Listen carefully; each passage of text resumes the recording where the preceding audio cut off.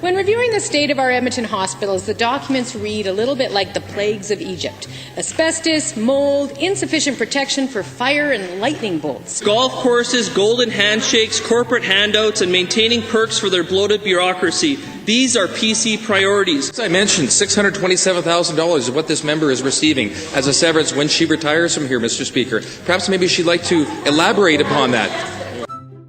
Welcome to Inside Politics. I'm Chris Varcoe with the Calgary Herald with Don Braid. Don, over the past week we saw at the legislature a little bit of political polka being played, which is the government moving backwards on a couple of main issues in order to move forwards. One was Bill 45. The government says it will revoke that Labour legislation. And the second thing was on Alberta Health Services. They've actually decided to move ahead with decentralizing the super board. What do you make of the decisions? Bill 45, getting rid of it, killing it, it's on the books but hasn't been proclaimed. It's been ruled to be, by the courts, new legal term, horrible law. And it was a vindictive legacy of the Redford era. So in meeting labor union leaders to talk about money, a good move on Prentice's part to say they were simply going to repeal the bill. What about Alberta Health Services and the sort of back and forth on that? How many times have we seen this? Ever since they formed AHS in 2008, they've said they were going to get more local decision-making into particularly rural areas where it's a really big deal if people have no say over what's going on in the hospital. You can only be cynical about it because they've tried it so many times with the same language and it's never worked. In fact, it's worse. It takes sometimes a year to get permission to buy a light bulb. How about that? But if he can do it, more power to him. We'll just have to see, but I think the public is entitled to cynicism here. It's been 1 year since Alison Redford resigned, sort of that infamous moments of her walking down in the rotunda and announcing that she was going to quit. And that is why I am announcing today that with a profound optimism for Alberta's future, I am resigning as Premier of Alberta, effective this Sunday evening.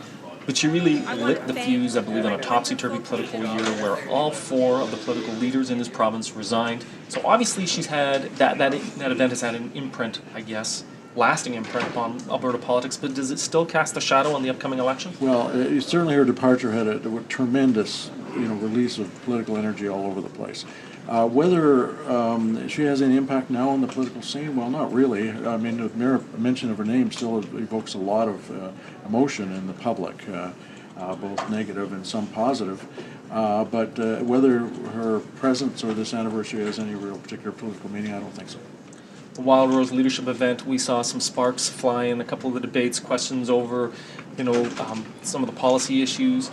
But really, I think the big news on it was at the end of the week, Brian Jean, the leadership candidate, announced his campaign was going to suspend sort of operations, or at least suspend his role in the campaign because of the unfortunate death of his son. Obviously, it's brought a little bit of sort of real world into the political campaigns and puts things into perspective. Well, it really is awful. Brian Jean, when he launched his campaign, he said that one of the main reasons he's getting in because he wants to have some impact on health care because he felt that his son had gone undiagnosed for many, many months, been in and out of hospital in Edmonton, had ultimately was diagnosed with lymphoma, and then suddenly died. It's terrible. What can one say in a political context about something that's awful? We'll obviously have some bearing on the leadership vote, which is coming up just this weekend because this campaign was suspended indefinitely. We're looking forward on the events of the next week. Obviously, the Wild Rose leadership event will be one of them. We'll also have an address from the Premier about the state of the budget on Tuesday, and then we'll actually have the budget itself on Thursday. Lots of expectations of bad news, tax increases. What are the key points you will be looking for in these next few days? Well, will the Premier give any real hints about what's coming in on Tuesday night? Probably not. He'll probably just one more time try to alert the public as to how bad he thinks this is. Interesting that he actually invited Wild Rose to be on the show. Right. They declined. They said it was a waste of public money. Thursday's the big day, budget day. One wonders overall if it's going to be quite as bad as he said. There is some wiggle room on some of the things they said they were going to do. Like how long will it take them to get 5% of cuts? Maybe it's going to be more than 1 year. Very interesting day, but we don't have much detail yet. Don, let's talk about our winners and losers of the past week. Who is your winner? My winner is David Swan, the Liberal leader, who is David Swan Unchained. He's bringing in his issues with, I'm sure, no reference to his caucus, like the one on mandatory vaccinations, where he pressed the government. That's a for reasons of mystery to me, is controversial with a lot of people. A lot of people don't like it.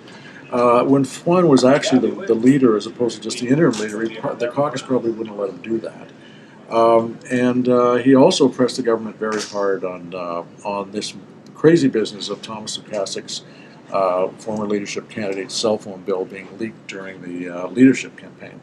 And he's making the government quite uncomfortable on that front. Well, I'm going to pick as my winner the Alberta unions, and particularly a couple of the Labour leaders, Gil McGowan, Guy Smith. They got what I thought was a pretty critical win for them in the fact that the government moved back from Bill 45. They said all along that this was, something that wouldn't stand, and they proved correct.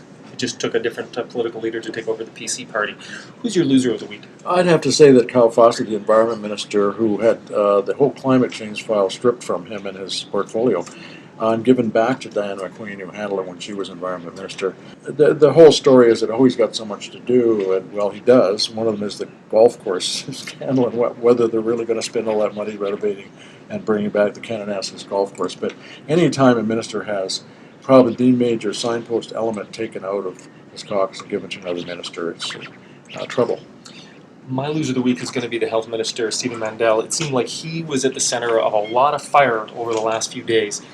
ER wait times, we saw the oppositions going after that, problems with some of the hospitals and whether they've been renovated properly or not.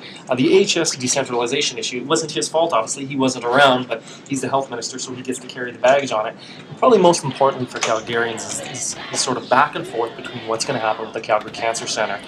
Are we going to get one centre? Are we going to get two centres? I know the government's saying wait and see, but I think there'll be a lot of Calgarians who will be very unhappy if there's not a commitment to the Cancer Centre coming forth in the budget.